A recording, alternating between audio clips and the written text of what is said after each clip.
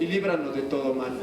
Los ensayos de la 175 representación de la Pasión de Cristo en Iztapalapa han sido lo mejor para sus personajes. Cada integrante de esta representación sienten un orgullo de pertenecer en este año y en esta acción que llena de fe. Los representantes que dan vida a María y José cumplieron con diferentes filtros para obtener el papel. Son 3 filtros por los cuales debes de pasar. El primer filtro es decir tu nombre, tu edad, tu barrio y tu estatura. Ya en el segundo filtro es leer un pequeño texto, obviamente diciendo tu nombre y tu barrio y tu edad. Y en el tercer filtro son preguntas y respuestas. Pues mi familia está muy emocionada. Yo soy la tercera integrante de mi familia que va a representar el papel.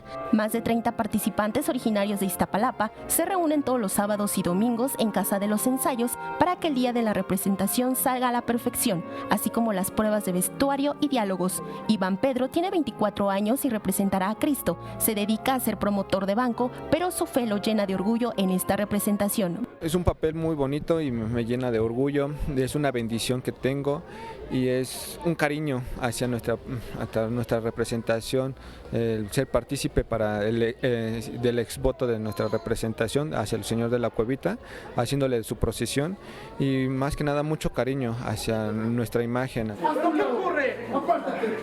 Cada ensayo, cada diálogo que realizan en la Casa de los Ensayos para la representación, lo realizan como si ya fuera ese gran día de fe que predomina Iztapalapa. Con imágenes de Jorge Barajas, María José Valencia, 21 Noticias. Santificado sea en tu nombre.